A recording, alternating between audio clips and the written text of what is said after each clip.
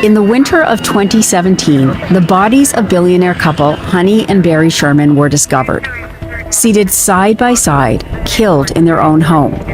The deaths made international news and shocked a community.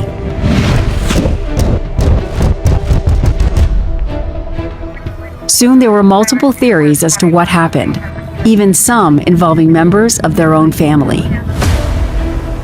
Barry and Honey Sherman appeared to have everything. They were among the richest couples in Canada, admired for their success, philanthropy, and influence. To the public, they represented the pinnacle of achievement, a billionaire entrepreneur and his charitable wife who had spent decades building a remarkable legacy. Yet on December 15, 2017, their lives came to a shocking end under circumstances that continue to puzzle detectives to this day. Before we begin, if you enjoy well-researched, true crime documentaries based on verified facts, consider subscribing and turning on notifications so you never miss another case. Barry Sherman wasn't born into extraordinary wealth. His success came through determination, business instinct, and years of relentless work. As the founder and chairman of Apotex, one of the world's largest manufacturers of generic pharmaceuticals, he built an empire that supplied affordable medicines across dozens of countries. His business transformed Canada's pharmaceutical industry and made him one of the country's wealthiest individuals, with an estimated fortune worth billions of dollars.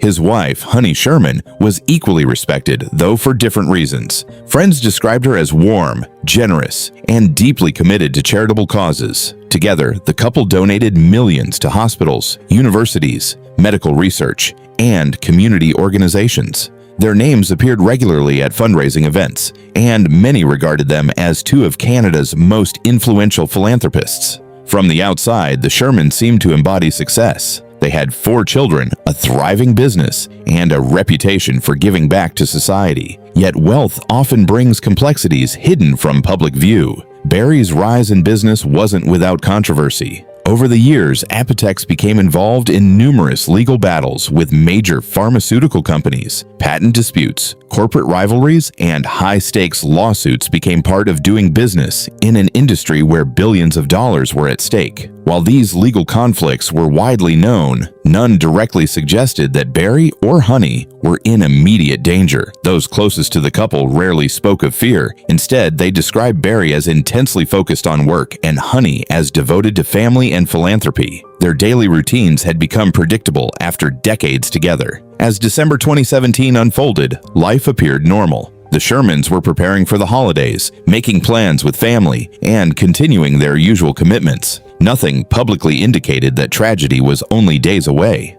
Then, something unusual happened. Friends and family began noticing that they couldn't reach the couple. Phone calls went unanswered. Messages received no reply. For Barry Sherman, that was highly unusual. Known for maintaining a demanding schedule, he was rarely out of contact for long. Honey was equally dependable. As hours passed without hearing from either of them, concern steadily grew. Eventually, someone close to the family decided to check on them at their Toronto mansion. It was a decision that would change everything. Inside the home, investigators would later discover Barry and Honey Sherman deceased near the indoor swimming pool in the basement of the residence. Their deaths immediately sent shockwaves across Canada. News spread rapidly. How could one of the country's most prominent couples die under such mysterious circumstances inside their own home? Police secured the sprawling property, sealing it off as detectives, forensic specialists, and crime scene investigators began the painstaking process of documenting every detail. We seized a very large amount of security video footage. Some of these videos were from locations in the area of Old Colony Road. Numerous individuals were found on the video in the neighborhood. We've also obtained judicial authorizations to collect data from nearby cell phone towers and cross-reference that with the physical locations of individuals on the videos. We've also conducted numerous canvasses of the neighborhood to identify individuals on the videos. We have been able to eliminate the vast majority of people captured on the video. We are left with one individual whom we have been unable to identify. Through our investigation, we have been unable to determine what this individual's purpose was in the neighborhood. The timing of this individual's appearance is in line with when we believe the murders took place. Based on this evidence, we're classifying this individual as a suspect. Though there is a lack of detail in features of this individual, we believe that further information from the public could assist us in making an identification. I would ask that you pay particular attention to the gait or the stride or walk style that this person has on the video. We are not able to provide you with any certainty the person's age, weight, or skin color. However, through photogrammetry performed, we have been able to determine that the suspect in this video is standing between 5'6" and 3/4 and 5'9" and a half inches. As investigators worked to untangle the mystery, they quickly realized they weren't dealing with an ordinary homicide. Every answer seemed to generate two new questions. The Sherman's mansion was expansive, equipped with security features expected in the home of one of Canada's wealthiest families. Whoever committed the murders either understood the property well or had carefully planned their movements. Detectives began piecing together the couple's final known activities. Barry had continued working in the days leading up to his death, keeping his usual schedule at Apotex. Honey had attended meetings and remained active with her charitable commitments. Friends who spoke with them later told investigators that neither had mentioned feeling threatened or unusually concerned for their safety. That made the killings even more perplexing. If there had been warning signs, they weren't obvious to those closest to the couple. The investigation soon expanded into one of the largest homicide cases in Toronto's history. Teams of detectives reviewed hundreds of hours of surveillance footage from nearby streets, neighboring homes, and surrounding businesses. Vehicles entering and leaving the area were identified. Witnesses were interviewed repeatedly. Every phone call, email, and known appointment from the Shermans' final days was carefully reconstructed. Despite these efforts, no clear suspect emerged. One of the biggest challenges facing investigators was determining a motive. Barry Sherman's business career naturally attracted attention. As the founder of Apotex, he had spent decades competing against some of the largest pharmaceutical companies in the world. The generic drug industry is fiercely competitive, with billions of dollars at stake. Over the years, Apotex had been involved in numerous patent disputes and civil lawsuits. While legal battles were common in the industry, investigators had to determine whether any of those conflicts could have escalated into something far more sinister. At the same time, detectives examined the couple's personal lives. Family members were interviewed, friends were questioned, employees were asked about routines, recent conversations, and anything that seemed unusual. Financial records were reviewed, security systems were analyzed. Nothing was considered too small to investigate. As details slowly became public, media coverage intensified. Television stations across Canada aired daily updates. Newspapers published timelines of the investigation. Crime experts debated every development, while the public speculated about possible motives. The attention brought both opportunities and challenges.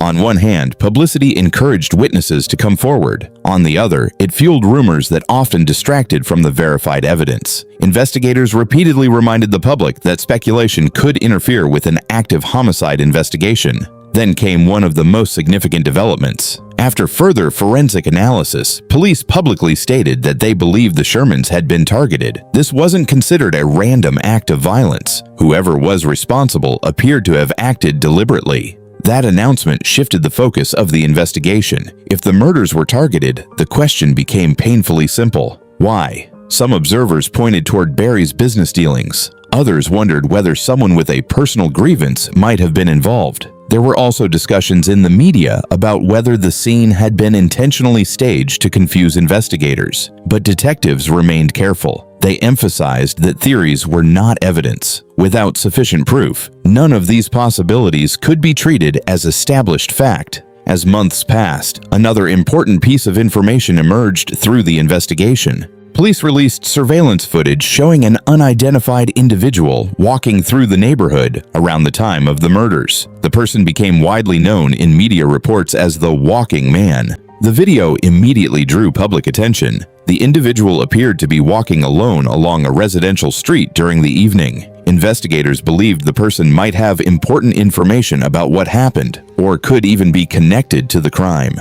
Despite widespread publicity, the person's identity has never been publicly confirmed. The footage generated thousands of tips. Some proved useful, many did not. Yet detectives continued following every credible lead, refusing to rule out any possibility prematurely. Years passed. The investigation remained active. For the Sherman family, the pain of losing two parents was now compounded by the frustration of unanswered questions. They publicly expressed their hope that those responsible would eventually be identified and brought before a court of law. Private investigators were also retained by the family to examine aspects of the case independently, working alongside the official investigation where appropriate. Meanwhile, advancements in forensic science continued to offer investigators new opportunities. Physical evidence collected from the mansion was preserved, allowing experts to re-examine material as technology improved. Cold cases have been solved years, even decades, after crimes occurred because of advances in DNA analysis and forensic techniques. Detectives understood that patience can sometimes become one of the most valuable tools in an investigation.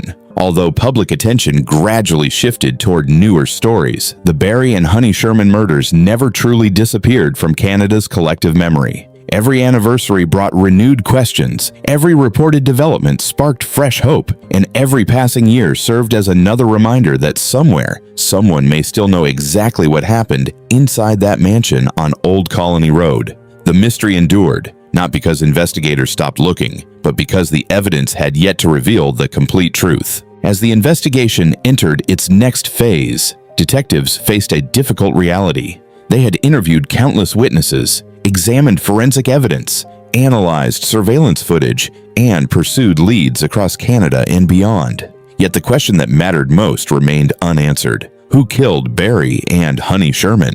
Investigators have continued to stress that the case is active, although many theories have circulated in books, documentaries, podcasts, and online discussions. None has been proven in court. In a case surrounded by speculation, the facts remain the most important guide. What is known is that Barry and Honey Sherman were found dead in their Toronto home on December 15, 2017. Police ultimately classified their deaths as a double homicide. Detectives believe the couple was targeted, but they have not publicly identified a suspect or announced charges against anyone. That distinction matters. In high-profile cases, public opinion often moves much faster than evidence. Rumors can spread quickly, especially when the victims are wealthy and influential, but investigators cannot rely on assumptions. Every conclusion must be supported by evidence that can withstand scrutiny in court. As years passed, Toronto police continued reviewing physical evidence collected from the home.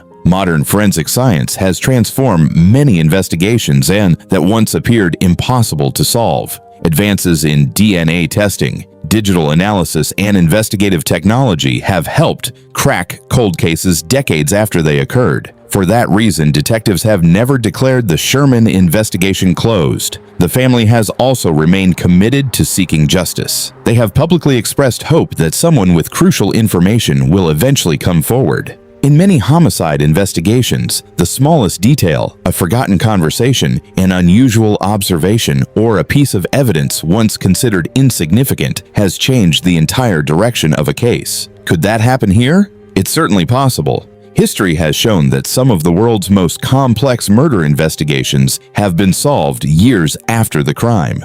New technology, renewed interviews, and fresh perspectives can reveal details that were previously overlooked. The Sherman case also serves as a reminder that wealth does not guarantee safety. Barry had built one of Canada's most successful pharmaceutical companies. Honey had dedicated much of her life to philanthropy and supporting charitable causes. Together, they had achieved extraordinary success, yet none of it could protect them from the events that unfolded inside their own home. Their deaths shocked not only the business community, but also thousands of people whose lives had been touched by their charitable work. Hospitals, universities, and research organizations across Canada remembered the Shermans not only for their financial contributions, but also for their willingness to support projects that improved countless lives. Today, the mansion on Old Colony Road has become synonymous with one of Canada's greatest unsolved mysteries. What was once a family home is now remembered as the location of a crime that continues to raise difficult questions.